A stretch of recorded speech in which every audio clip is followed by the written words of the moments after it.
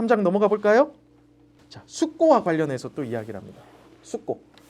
자, 그래서 우리 20행에서 두 줄 내려오시면 영원 불변하는 사실들에 대해서는 누구나 숙고하지 않는다. 자, 무슨 말이냐? 진리에 대해서는 숙고하지 않아요. 팩트는 숙고하지 않아요. 그러니까 합리적인 선택의 대상은 대부분 뭘까요? 팩트가 아닌 거예요. 영원 불변한 거 이런 것에 대해서는 우리가 숙고하지 않는다. 그러면 뭘 숙고해요? 우리는 뭘 고민하나요? 여기서 이제 예시는 뭐냐면은 내가 돈이 필요해. 100만 원이 필요해. 100만 원을 얻을 수 있는 방법이 전혀 없어. 그러면은 내가 100만 원이 필요해도 100만 원을 어떻게 구할지 숙고하지 않아요. 그렇지만 100만 원이 필요한데 민수한테 빌려달라고 하면은 빌려줄 거 같아. 그러면 이때부터 뭐예요?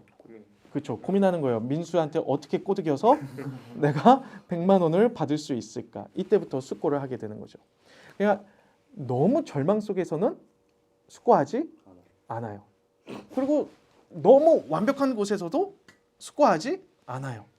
자, 그래서 여기서 영원 불변한 거 뭐가 있을까? 우리 두 줄 내려오시면 필연에 의한 거. 이거는 어느 누구도 숙고하지 않는다 라고 이야기를 하는 거죠. 또는 본성에 의한 거. 어떤 이런 것들은 사람들이 숙고하지 않는다라는 거예요. 그렇지만 우리가 숙고하는 것들은 마지막 단락 보시면은 30행에서 두 줄 내려오시면 오히려 우리는 우리의 힘이 어떻게 되는 거? 미치는 거. 다시 말해 우리가 할 수 있는 것들에 대해 숙고한다. 그것들은 우리가 앞서 언급한 것들을 제외하고 남은 것들. 왜냐하면 본성과 필연과 우연이 원인인 것 같아도 지성과 모든 종류의 인간 활동도 원인일 수 있기 때문이다. 또한 인간은 누구나 자기가 할 수 있는 것들에 대해 숙고한다. 자, 그러니까 이게 무슨 말이냐면 도덕적 책임을 피하려고 하는 사람들의 핑계는 대부분 뭐예요? 이거는 필연이었어, 이거는 본성적이었어, 우연이었어 라고 이야기하는 거죠. 그러면 어떻게 할 수 있을까? 내 책임에서 피할 수 있으니까, 그 책임에서 벗어날 수 있으니까 이런 이야기를 하죠. 하지만 아리스토텔레스는 아니라는 거예요. 어떤 영원 불변한 것 그런 게 아니라고 한다면 우리는 책임에서 벗어날 수 없다라고 이야기를 하게 되는 거죠. 우리 한번 15행 한번 가보죠. 15행에서 세 줄 올라오시면 우리의 숙고 대상은 목적이 아니라 수단이다. 숙고는 목적을 숙고하지 않아요. 그러니까는 의사가 가지고 있는 목적은 뭔가요? 의사의 목적, 환자를 치료하는 거. 이거에 대해서 숙고하지 않죠. 의사는 당연히 뭐 해야 돼? 환자를 치료해야 돼. 하지만은 뭐에 대해서 숙고해요? 환자를 어떻게 치료할지는 의사가 숙고를 해보는 거죠. 다양한 치료 방법이 있으면은 어떤 방법이 좋을지 고민해봐야 되는 거예요. 그러니까 목적이 아니라 뭐다? 숙고는 수단에 대해서 어떤 숙고를 하게 된다라는 거죠.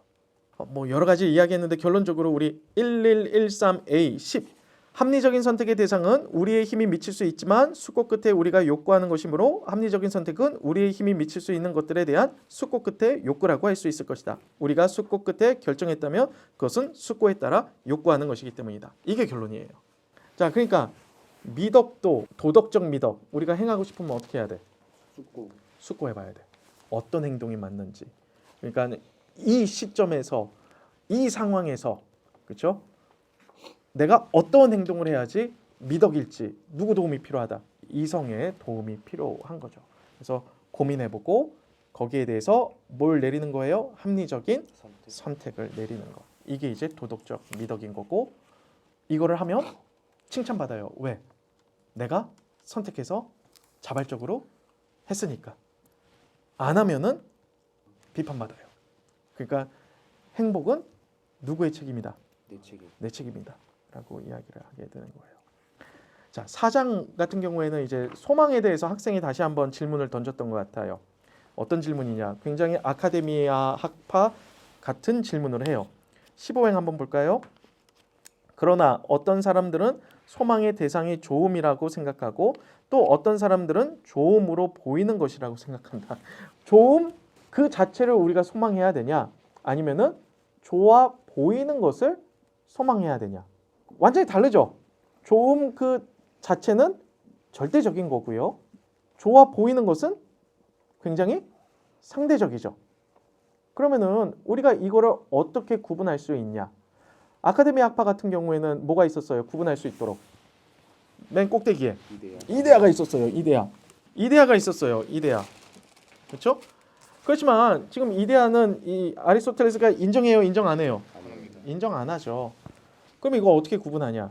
그게 바로 우리 25행에서 한 줄 위에 보시면 이런 결론들이 만족스럽지 못하다면 우리는 소망의 대상이 절대적으로는 또 실제로는 좋음이지만 개인에게는 그렇게 좋음으로 보이는 것이라고. 그래서 누구에게? 훌륭한 사람에게는 진실로 소망의 대상이 될 만한 것이 소망의 대상이 되지만 보잘것없는 사람에게는 아무 것이나 소망의 대상이 된다고 말해야 하지 않을까. 자, 그러니까 우리가 좋아 보이는 것을 소망하는 게 아니라 진짜 좋은 것을 소망하려면 누가 소망하고 있는 것을 소망해야 된다. 훌륭한 사람이 소망하는 것을 소망해야 된다. 그래서 척도는 누구예요? 훌륭한 사람이에요. 1113B에서 세 줄 올라오시면 훌륭한 사람이 남들과 가장 다른 점은 그때그때 진리를 본다는 것이다. 그래서 그는 무엇이 고상하고 즐거운 것인지 가리키는 일종의 기준이자 척도이다. 그러나 대중은 쾌락에 속는 것 같다. 자, 그러니까 아리스토텔레스가 이야기하는 것을 진짜로 실현되기 위해서는 누가 필요할 수밖에 없다? 훌륭한 사람이 필요해요. 이게 이제 약점이에요. 그러니까 누가 필요해? 훌륭한 사람이 필요해. 척도가 있어야 되니까 훌륭한 사람. 이게 이제 아리스토텔레스의 약점인 거죠. 그러니까 훌륭한 사람이 내 주변에 없으면은 그러면은 책임에서 벗어날 수 있지 않을까? 그렇죠? 그럴 수 있지 않을까요? 그런 것을 이제 학생들이 질문을 던지는 거예요. 5장 한번 볼까요?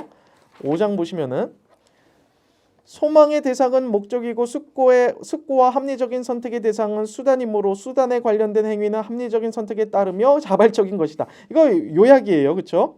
미덕의 활동은 수단에 관련된다. 따라서 미덕의 실행은 우리에게 달려있고 그 점은 악덕도 마찬가지이다. 자, 이게 이제 결론이에요.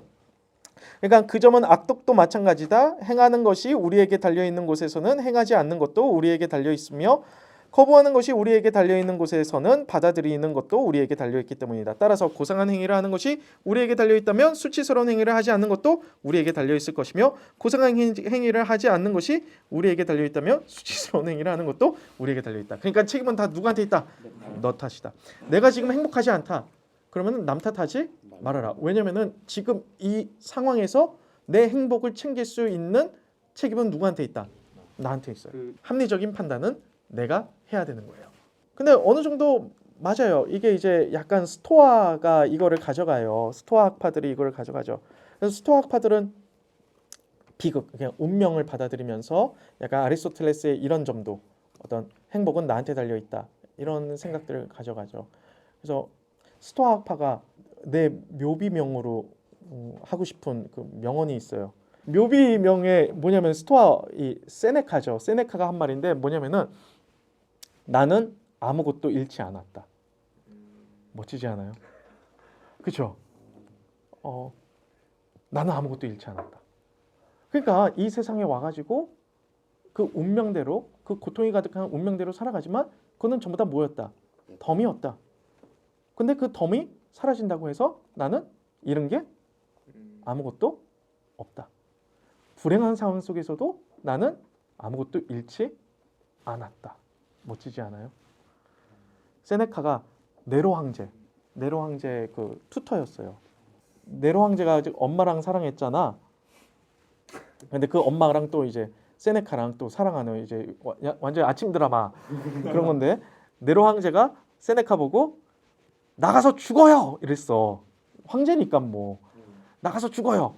그래서 세네카가 거기에 대해서 뭐 답변도 안 하고 투벅투벅 집에 오더니 이제 글을 써요. 죽을 때는 어떤 모습으로 죽어야 하는가? 그랬어요.